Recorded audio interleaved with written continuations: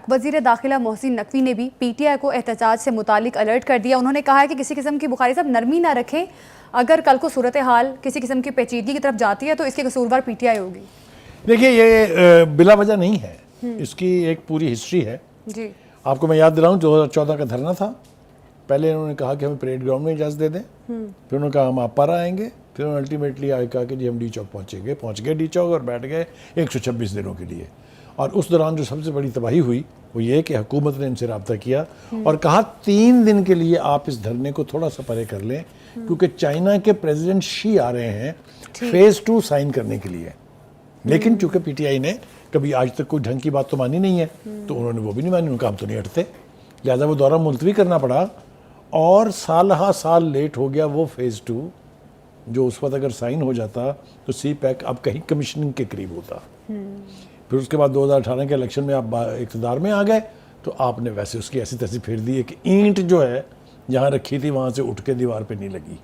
ये भी तारीख है, ये कोई देखने की बात नहीं है। लेकिन बात सिर्फ यहीं तक नहीं है। आपने IMF को ख़त लिखा, आपके साबिक फाइनेंस मिनिस्टर ने, 2 सूबाई वज़राए ख़जाना ने, जिनमें तैमूर झगड़ा साहब और मोहसिन लगारी साहब शामिल थे। IMF को ख़त लिखा पाकिस्तान को पैसे न दें। अच्छा, ये तारीख है, मैं अपने पास से कुछ नहीं कह रहा।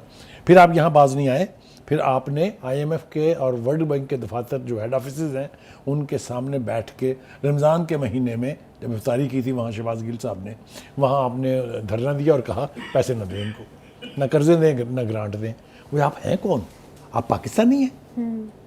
Do they call themselves Pakistanis?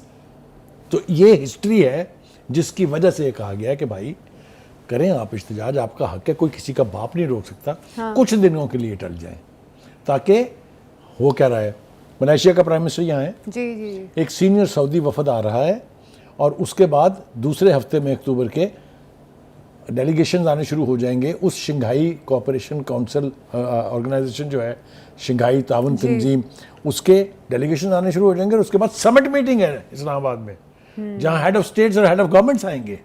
उनको कह रहे हैं भाई अल्लाह के वास्ते आप उस वक्त तक के लिए टल जाएं, फिर कर लीजिएगा जितना एहतजाज उन्होंने करना है। मगर वो हड़बांग मचाते हैं जो वो सैफ साहब, कहते मैं तो नहीं मानता, हम तो आएंगे, हम तो ईंट से ईंट बजाने आएंगे।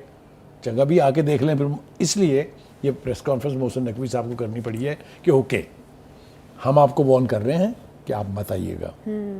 अगर आएंगे तो इसको कहते हैं डिसेंट सिविलाइज्ड ज़बान में, you will be on your own.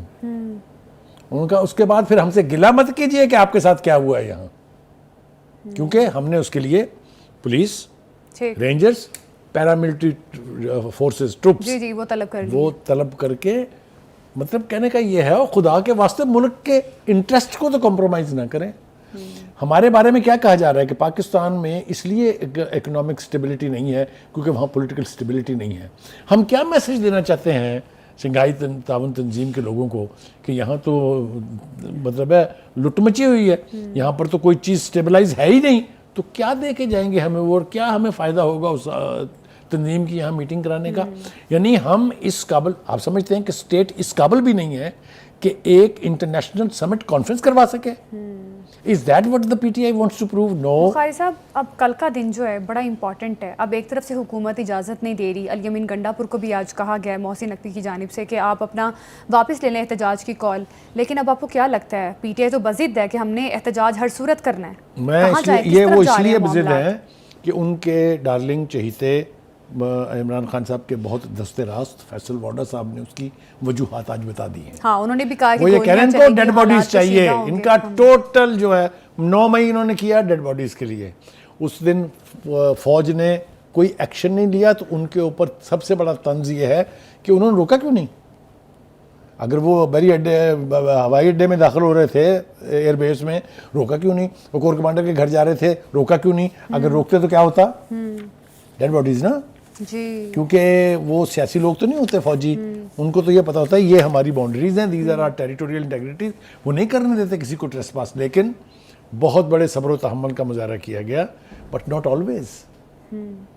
तो इसलिए उन्होंने वार्न किया है उनको कि भाई हमें ये मार्जिन दे दें कि हम ये इवेंट्स करवा लें, उसके बाद आप जब जहाँ मर्जी जितना मर्जी एहतजाज कीजिएगा, और अगर आपने बाज नहीं आना तो फिर आके देख लो। बिल्कुल, अब देखना ये है कि कल का पीटीआई का एहतजाज क्या सूरत इख्तियार करता है, क्योंकि गवर्नमेंट ने वाज़े तौर पे बता दी है कि कल का जो एहतजाज है वो मौखिर कर दिया जाए। अब इसमें पीटीआई की गवर्नमेंट, पीटीआई के लोग जो हैं वो क्या टेक लेते हैं, अब ये बड़ा इंटरेस्टिंग है।